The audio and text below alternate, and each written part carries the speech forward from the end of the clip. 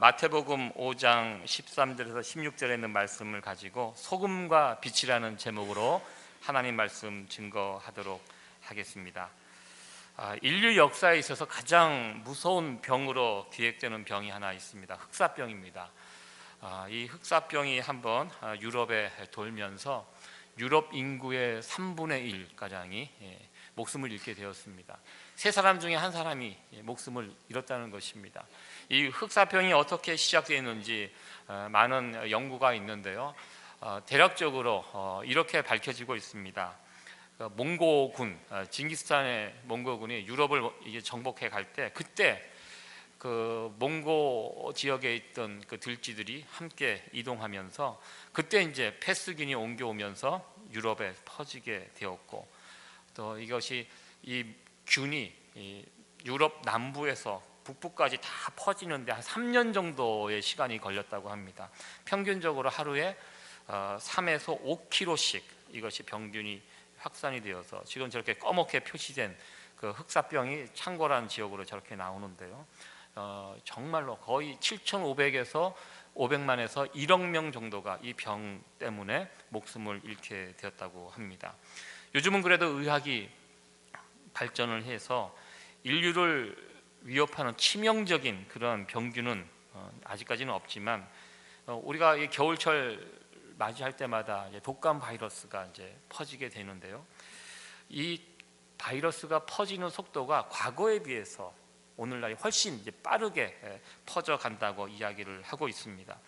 몇 년 전 한국에서 유행했던 그 메르스라는 병 잘 아실 것입니다. 중동 지역에 있는 낙타에서 옮겨온 병이라고 했는데요. 그곳에 여행했던 어느 분이 비행기를 타고 한국에 내리자마자 그 같이 비행기에 타고 있던 사람들이 거기에 또 오염이 되고, 그들이 또 아무런 대책 없이 집으로 돌아가면서 이것이 순식간에 막 한국에 메르스 공포가 되어서 막 바이러스가 퍼져갔던 이런 모습을 아마 여러분들 기억하실 것입니다. 지구촌이라는 이 개념이기 때문에 하루에 지구 반대편에 갈 수 있는 그런 세상에 우리가 살고 있기 때문에 과거에 비해서 이 병균이 퍼져가는 이 전염 속도가 훨씬 더 빨라진 그런 시대에 우리가 살아가고 있는 것을 보게 됩니다. 어떤 병균이 전염이 되는 것과 같이 우리들의 분위기도, 행복과 불행도 전염이 될 수 있다고 합니다. 무슨 말이냐면, 내가 행복해하면 그 행복한 기운이 내 옆에 있는 사람에게도 전달이 되고, 내가 불행하면 내 이 불행한 기운이 옆에 있는 사람들에게도 쉽게 전염이 된다는 것입니다. 지난 2010년도 한국에 번역된 책입니다. 커넥티드라는 그런 영어 책인데, 행복은 전염된다라는 번역으로 한국에 소개가 된 책입니다. 하버드 대학에 있는 연구팀들이 어떤 연구를 했냐면, 오랜 기간 동안 한 10,000명이 넘는 사람들, 그 사람들이 사용하는 소셜 네트워크를 가지고 연구를 했습니다. 거기에 나온 이야기가 그렇습니다. 내가 행복하면 내 가족과 내 친구들, 가까운 친구들 15% 정도가 행복한 기운이 그들에게 전달이 된다고 합니다. 그리고 친구의 친구까지 그 행복한 기운이 전달되는 것이 한 10% 정도, 그리고 친구의 친구의 친구, 이렇게 이제 건너뛰어서 3번까지 가는데도 그럼에도 불구하고 6% 정도 이상이 그 행복한 기운이 전달이 된다고 합니다. 그러니까 우리가 살고 있는 이 세상에는요, 나 혼자만 그렇게 사는 것이 아닙니다. 내가 기분 좋으면 내 옆 사람에게도 그 좋은 기운이 전달이 되고요, 내가 기분이 상하면 그 상한 기분이 옆에 사람에게도 영향을 미치게 된다고 합니다. 보통 이렇게 해서 요즘 과학자들이, 심리학자들이 판단하기는 한 50명 정도 우리가 그 영향력을 매일매일 주고 받고 이렇게 살아가고 있다고 합니다. 아마 이런 모습은 집에서도 쉽게 여러분들 짐작을 하실 수 있을 것입니다. 가족 중에 누구 한 명 기분 나빠 있으면 금방 그 기운이 온 가족에게 퍼지게 됩니다. 가족 중에 한 사람이 행복하면 그 행복한 한 사람 때문에 온 가족이 그 분위기로 또 금방 전염이 되는 것을 우리는 보게 됩니다. 그런데요, 긍정적인 면, 부정적인 면 이렇게 나눠서 볼 때 어떤 것이 더 쉽게 빠르게 전파가 되는가 이렇게 이야기를 하면 아무래도 긍정적인 모습보다는 부정적인 그런 기운이 더 빨리 전파가 된다고 합니다. 그러니까 이런 부분에 순기능적인 역할보다는 역기능적인 역할이 더 많은 사람들에게 영향을 주고 있다고 합니다. 사도행전 24장 5절에 보면 사도 바울을 고소했던 사람이 사도 바울을 평가하는 그런 말씀이 있습니다. 우리 같이 한번 읽어보도록 하겠습니다. 시작. 우리가 보니 이 사람은 연병이라 천하에 퍼진 유대인을 다 소욕케 하는 자요 나사렛 이단의 괴수라. 이 말씀은 지금 사도 바울을 체포하고 그 당시 벨릭스 총독 앞에 세워놓고 대제사장 아나니아 그리고 장로들 말쟁이였던 더둘로가 사도 바울을 고발하는 그런 장면 가운데 나온 말씀입니다.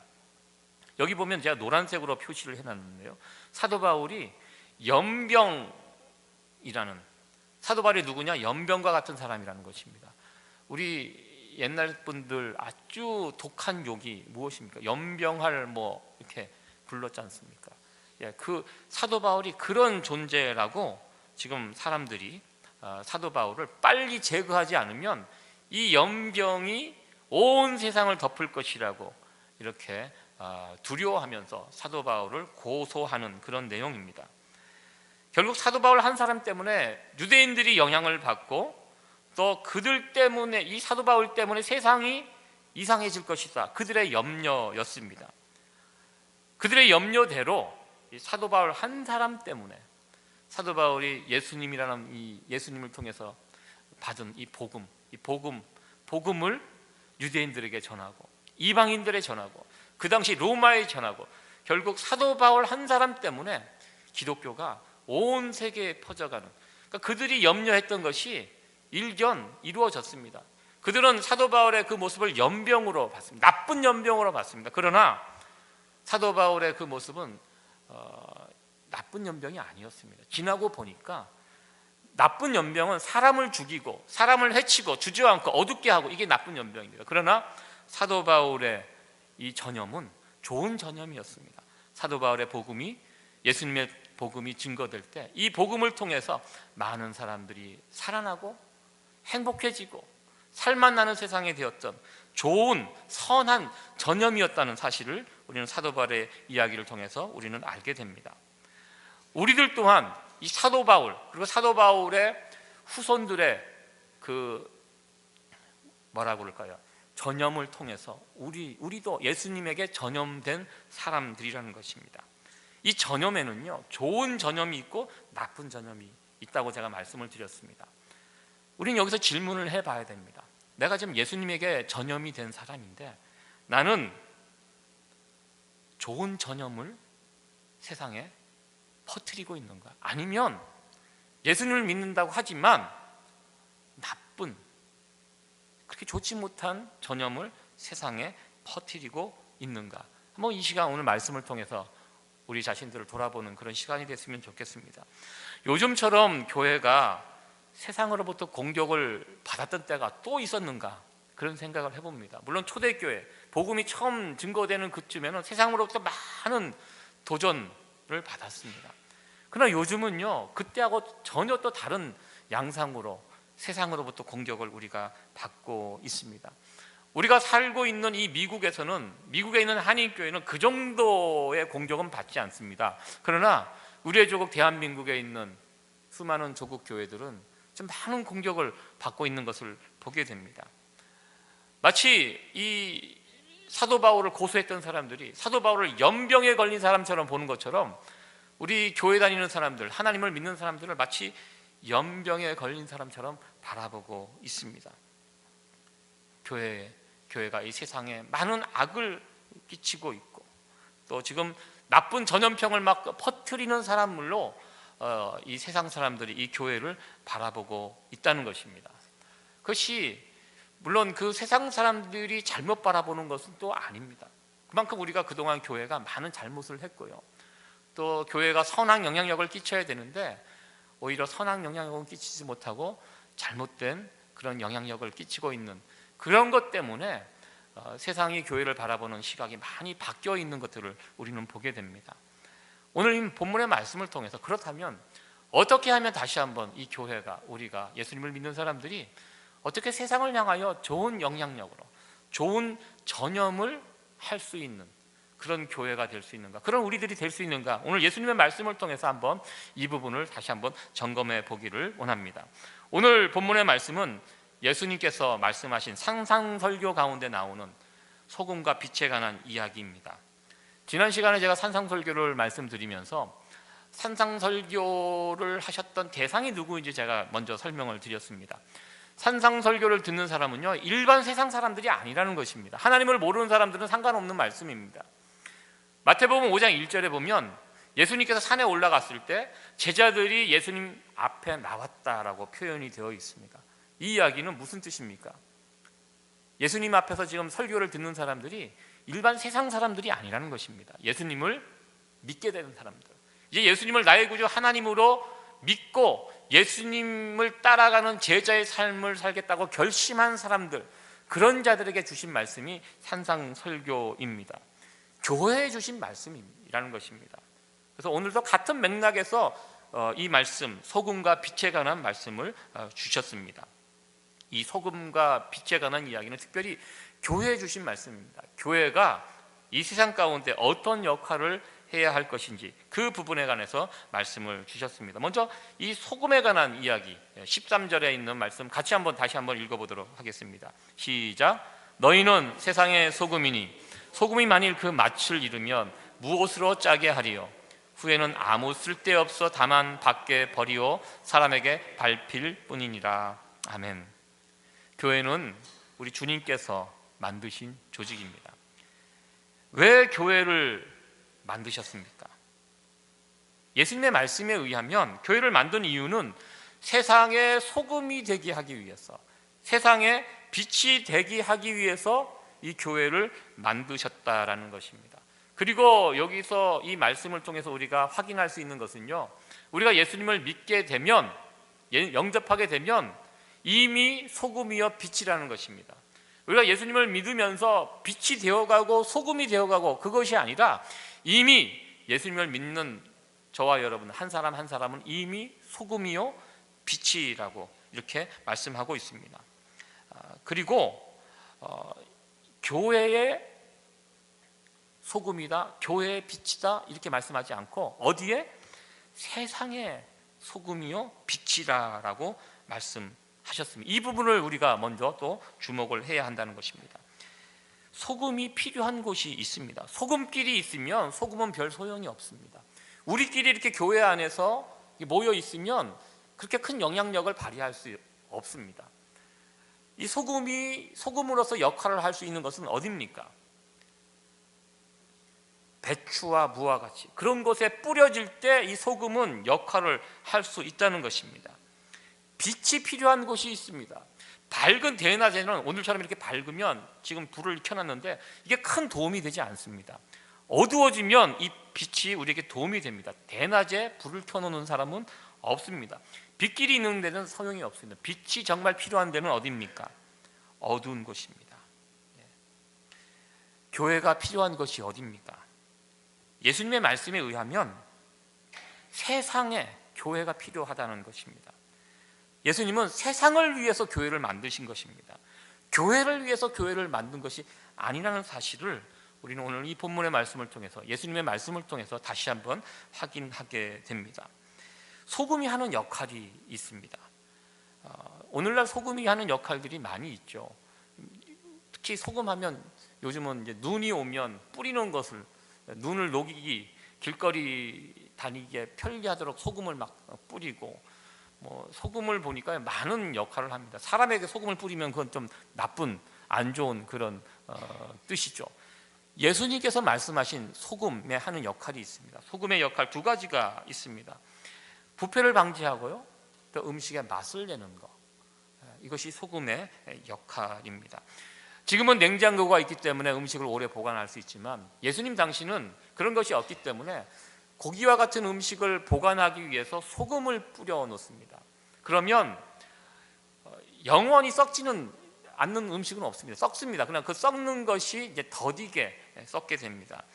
음식을 장기간 보관하기 위해서 소금을 뿌리게 됩니다. 그리고 또한 음식을 요리할 때 소금을 그 안에 탑니다. 많은 양이 필요한 것이 아닙니다. 그러니까 소금이 아무리 좋은 소금이라도 필요 이상으로 많이 그 소금을 타면 또 음식이 또 맛있는 음식이 될 수 없습니다. 여러분들, 바다의 소금의 농도가 생각처럼 높지 않다는 것입니다. 우리가 바닷물을 잘못하다 이렇게 맛보면 굉장히 짜잖아요. 그런데 뭐 그 바닷 농도가 뭐 90% 80% 되는 것이 아닙니다. 3.5% 정도 된다고 합니다. 소금의 농도가 그 정도 3.5% 정도가 들어있기 때문에 그 바닷속에 사는 물고기들이 그것 때문에 또 살아갈 수 있다는 것입니다. 만약에 그게 없으면 바다에 사는 물고기들은 살지 못합니다. 그런데 일본의 기독교 인구가 한 2% 정도 된다고 합니다. 그런데요, 그 2%가 어느 정도 그 역할을 하고 있다고 합니다. 여러분들, 기독교 인구가 하나님을 믿는 사람들이 많아져야 이 세상이 바뀌는 거 결코 아닙니다. 한국이 기독교 인구가 지금 몇 프로인지 아시잖아요. 뭐 4명 중에 1명, 예전에는 25%, 요즘은 20%, 요즘은 한 15에서 17% 정도 이렇게 보고 있는데요. 그 적은 숫자 아닙니다. 3%만 되면, 제대로 예수님을 믿는 3%가 되면 이 세상이 달라진다는 것입니다. 일본이 기독교 인구가 제가 0.2% 정도 된다고 하는데요. 그 숫자 가지고도 어느 정도 역할을 하고 있는 일본의 모습을 우리는 보게 됩니다. 많아야지 세상이 달라지는 거 아니라는 것입니다. 우리 그리스도인을 이 소금에 비유하고 있는데요. 이게 무슨 뜻이냐면, 오염이 되어 있는 물에 깨끗한 물 하나 이렇게 본다고 해서 이 오염된 물이 다시 깨끗해지는 거 아닙니다. 무슨 뜻입니까? 세상이 다 썩었는데 우리만 깨끗하게 산다고 세상이 달라질 수 있는가? 이런 질문을 하게 됩니다. 세상 사람들이 바라보는 관점이 그렇습니다. 세상이 다 그런데 한두 사람 그렇게 한다고 세상이 달라질까? 그런데요, 우리 하나님은 다르게 보신다는 것입니다. 여러분들, 세상이 왜 망하는지 아십니까? 세상에 악한 사람들이 많기 때문에 세상이 망하는 거 아니라는 것입니다. 소돔과 고모라 이야기 잘 아실 것입니다. 소돔과 고모라가 왜 망했습니까? 거기에 악한 사람들이 많아서 소돔과 고모라가 망했습니까? 아닙니다. 성경을 잘 보시기 바랍니다. 소돔과 고모라가 망한 이유는 그 안에 누가 없었기 때문에? 의인 몇 명? 10명. 나중에는 막 아브라함이 딜을 하잖아요.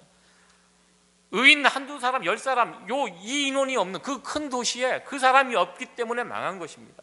여러분들, 세상은 원래 악합니다. 악한 사람들이 늘 있습니다. 옛날에도 있고 지금도 있고. 그리고 세상은 그 악한 사람들 때문에 망하지 않는다는 것입니다. 하나님은 무엇을 보십니까? 그 속에 살아가는 의인들을 보신다는 것입니다. 우리 뉴욕에 1000만 명이 넘는 사람들이 이 근처에 이렇게 살아가고 있습니다. 이 많은 사람들, 이 도시로 갈수록 악이 넘쳐나잖아요. 이 뉴욕이 어떻게 하면 망하지 않고 흥할 수 있을까? 악한 사람들이 줄어든다고? 그거 아닙니다. 저는 이 뉴욕에 있는 수많은 한인교회들, 이 한인교회들만 제대로 서 있다고 해도 뉴욕은 망하지 않을 것이라고 저는 확신합니다. 우리가 이 작지만 작은 것이 아니라는 것입니다. 하나님은요, 악인을 보지 않아요. 이 땅에 의인이 누가 있는가? 누가 하나님의 마음을 품고 이 땅을 위해서 붙잡고 기도하면서 예수님의 제자의 삶을 살아가고 있는가? 누가 있는가? 이걸 보신다는 것입니다. 이것에 의해서 그곳이 망하기도 하고 흥하기도 한다는 것입니다. 예수님의 말씀 가운데 이 소금의 이야기를 하면서 중요한 것이 또 하나 있습니다. 소금은 그 맛을 잃어버리지 말아야 한다는 것입니다. 그리고 제가 어디서나라고 제가 이렇게 표시를 해놨습니다. 오늘날 이 소금이 맛을 잃어버린 것 같이 이 교회가 교회의 모습을 잃어버린 그런 모습들이 얼마나 많이 있습니까? 그런 이야기를 많이 듣고 또 우리는 보고 있습니다. 많은 사람들이요, 다른 이유 때문이 아니라 교회 다니는 사람들 때문에 교회를 떠나는 그런 불행한 일들 많이 보고 있습니다. 난 당신 때문에 절대로 하나님을 믿지 않을 거야. 내 가족 누구 때문에, 누구 때문에. 저도 예전에 그런 청년을 본 적이 있습니다. 저희 부모님이 이단에 빠지신 것 같아요. 그래서 집안이 풍비박산이 나고 그게 상처가 되고, 근데 갑자기 이 청년이 막 교회 다니는 사람들, 이단과 교회는 다르는데요, 그 청년이 그런 구분을 잘 못하더라고요. 그래서 교회 다니는 사람들에서 막 기고를 표하고, 특별히 목회자들, 제가 갔는데요, 저를 쳐다보는 눈빛이 너무너무 살벌했습니다. 저는 어디 가나 사람들하고 교제할 때 늘 환영받고 이쁨받고 그러는데요, 이 청년이 저를 만나는데 막 가시돋친 말과 그 살벌한 눈빛으로 저를 막 째려보고 막 그럴 때 너무너무 당황했습니다. 그리고 그 이유를 들어보니까 이해가 됐고요.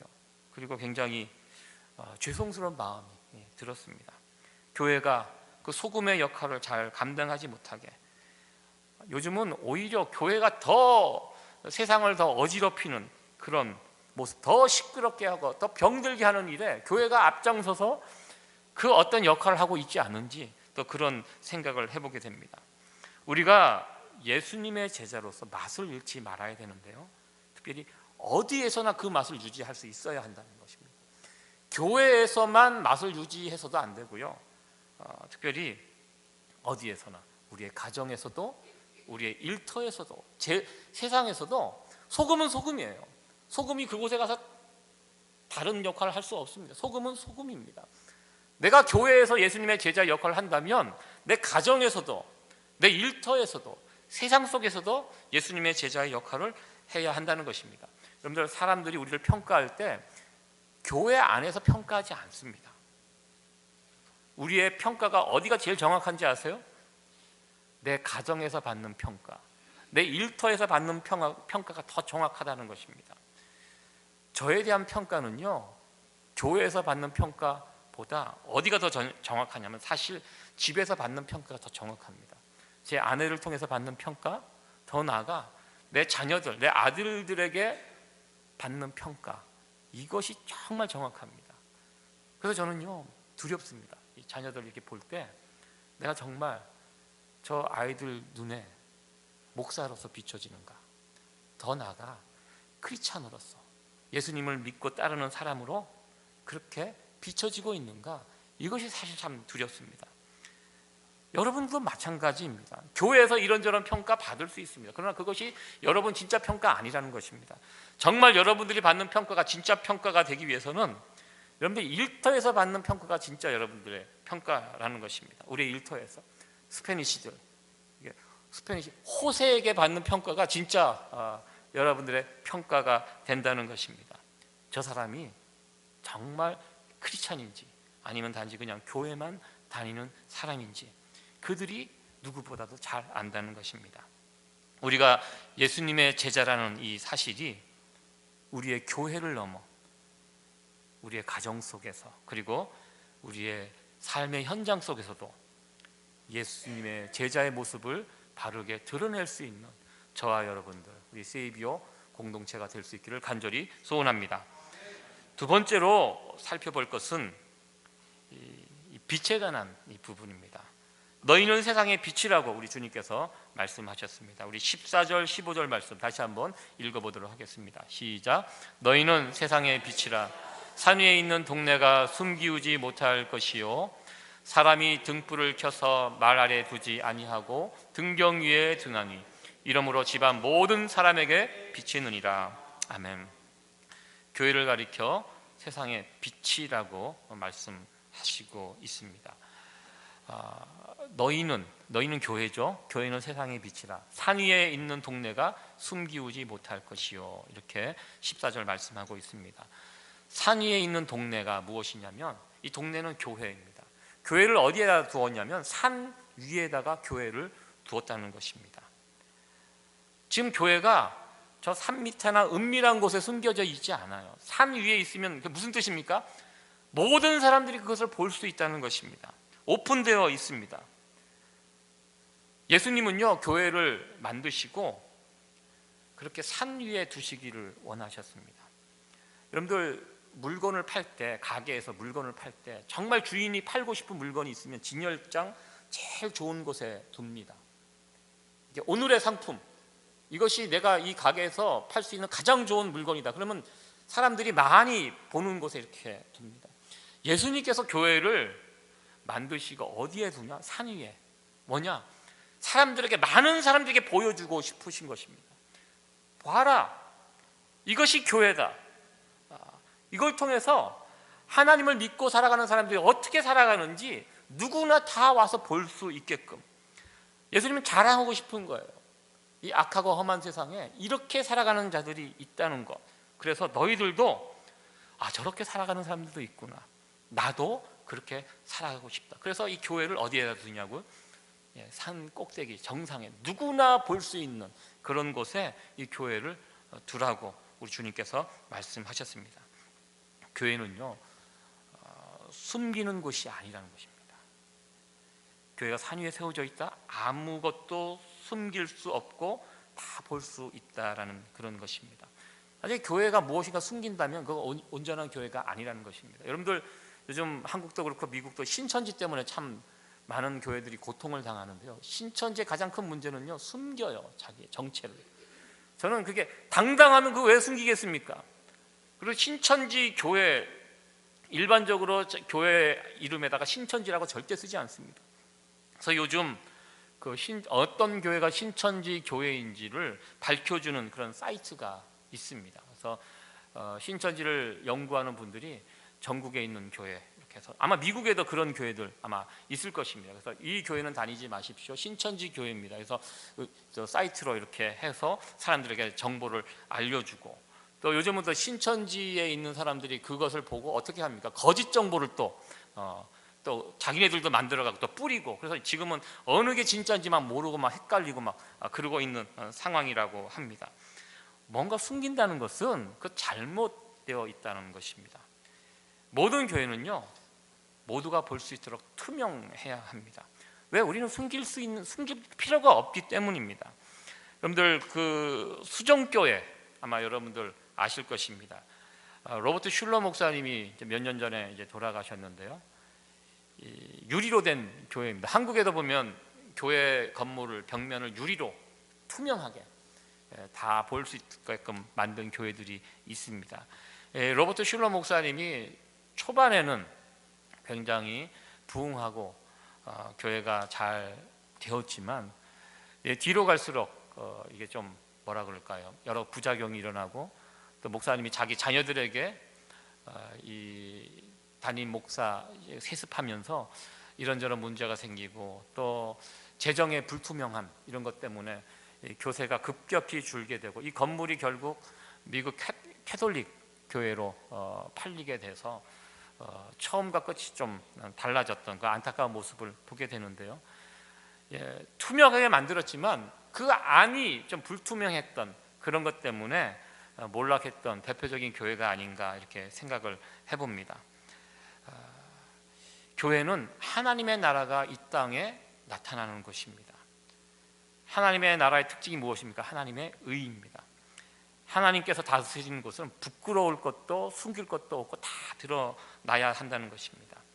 저는 우리 세이비어 교회가 그런 교회가 되어지기를 소원합니다. 하나님께서 자랑하고 싶은, 이렇게 세워놓고 와서 봐라, 세상에 이런 교회가 있다, 당당하게 우리 주님께서 진열 때 이렇게 올려놓고 세상 사람들에게 자랑하고 싶은 그런 교회가 우리 세이비어 교회가 되었으면 참 좋겠습니다. 그런 교회를 위해서 함께 만들어갈 수 있는 저와 여러분들 되어지기를 간절히 소원합니다. 끝으로 여기에 나오는 빛이 무엇인지 살펴보고 말씀을 마무리하도록 하겠습니다. 이 빛에 대해서 설명을 예수님께서 바로 하셨습니다. 우리 16절 말씀 같이 한번 읽어보도록 하겠습니다.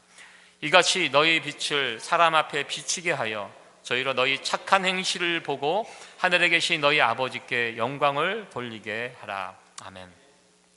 너희 빛, 이게 교회가 빛이라고 했는데요, 빛이 무엇이냐면 여기서 착한 행실로 이렇게 설명이 되어 있습니다. 여기서 빛은 착한 행실입니다. 빛과 반대가 되는 것이 어두움입니다. 여러분, 우리가 살고 있는 이 세상이 점점 밝아지고 있습니까? 점점 어두워져 가고 있습니까? 예, 어두워져 가고 있습니다. 제가 이 부분을 따로 설명하지 않아도 우리는 금방 매일매일 벌어지는 사건, 사고, 뉴스들 이렇게 보면 우리가 살고 있는 세상이 점점 어두워져 가고 있구나, 삭막해져 가고 있구나, 이것을 우리는 알게 됩니다. 여러분들, 점점 어두워지고 삭막해지면 사람들이 어떻게 되는지 아세요? 사람들의 마음도 점점 움츠려듭니다. 이 어두움의 전염성이 있습니다. 세상이 참 무서워요. 제가 예전에 한국에서 지하철을 타고 집으로 갈 때 밤에, 예를 들어서 이제 교회 예배를 금요일 날 금요 철야를 마치고 집에 이렇게 갈 때 길거리에 사람이 거의 없어요. 그래서 제가 지하철역에 내려서 집에까지 가는데 골목길이 쭉 있습니다. 그러면 그 골목길을 막 이렇게 구두를 신고 걸어가면 가끔 그런 경우가 있어요. 제 앞에 어떤 지하철에서 같이 내려서 가는 자매들이 앞에서 쫙 건너가요. 그러면 제가 이제 구두를 신고 가니까 소리가 나잖아요. 걸어가면서 계속 뒤를 자꾸 쳐다봐요. 예. 이게 어둠의 영이 있는 거예요. 저 목사인데, 그러니까 뒤에서 발자국 소리가 나고, 그러니까 제가 한번 뛰어봤어요. 그러니까 뭐 난리가 나는 거예요. 그냥 사람만 봐도 무서운 세상에 우리가 살고 있습니다. 그러니까요, 밖에 나갈 때, 어두워 나갈 때 움츠려들게 되고, 다 주변에 있는 사람들이 다 나쁜 사람들로 보이고, 우리가 살고 있는 세상이 그런 세상에서 우리가 살아가고 있습니다. 이런 세상에 살면요, 자꾸 움츠려들어요. 왜? 어두움에는 전염성이 있어요. 그러나 제가 제 아들이 몇 년 전에 한국 갔다 와서 아주 재밌는 일이라고 표현하기 좀 그런데요, 어떤 일을 겪었냐면, 지하철에서 이렇게 타고 가는데 다리를 다쳐서 걸을 수 없는 그 사람이 구걸을 하면서 이렇게 지하철을, 지금도 아마 그런 분들이 굉장히 많은 것 같아요. 그래서 보통 예전에는 지하철을 한번 타면 내릴 때까지 한두 명 만나면 그날, 그러면 뭐 있으면 뭐 좀 도움을 주고 뭐 그랬는데요, 이게 경제가 어려워지니까 어쩔 때는 막 그 한 차에 여러 명이 타갖고 자기들끼리 길거리에서만 만나고 막 그런 일도 막 벌어지고 막 그랬습니다. 제 아이가 그런 이야기를 해요. 그래서 자기는 불쌍해서 돈을 이렇게 줬다고 하는데, 근데 그것이 지하철이 딱 서니까 문이 열리고 이제 기어서 나가고 밖에 나가자마자 그 자리에서 일어서더래요. 그러니까 여러분들, 안전뱅이가 일어나는 기적을 제가 말씀드리는 것이 아닙니다. 우리 애가 충격을 받은 거예요. 속였다는 거예요. 어떻게 저럴 수가 있냐는 거예요. 자기는 불쌍해서 이렇게 도와줬는데 나중에 알고 보니까 그렇다는 거예요. 저도 예전에 그런 경험 있습니다. 그 전철역 앞에서 구걸을 하시는 분들, 막 어렵게 막 추운데 나와서 막 구걸을 하는데요, 지나가다가 제가 뭘 봤냐면 갑자기 전화벨이 울리더라고요. 그분이 그때 당시 전화가 없을 때예요. 저도 전화기를 안 가, 품에서 전화기를 딱 끝내더니 아빠 좀 이따 퇴근할게. 제가 그 얘기를 듣고 깜짝 놀랐어요. 그래서 그 다음부터 어떻게 됩니까? 잘 안 도와주게 돼요. 제 아들도 두 번 다시 그런 상황에선 안 도와주겠다, 그런 모습을 보면 자꾸 움츠려들게 되고 마음이 다치게 되고 불신의 벽이 쌓아지게 됩니다. 이 어둠이라는 것이요, 이 전염성이 있어요. 사람들 사이에 그렇게 금방 이렇게 되는데요. 그런데요, 제가 처음 말씀을 시작하면서 말씀드렸습니다. 선한 전염이 있고요, 악한 전염이 있다고 제가 말씀드렸는데요, 이 선한 일에도 전염성이 있다는 것입니다.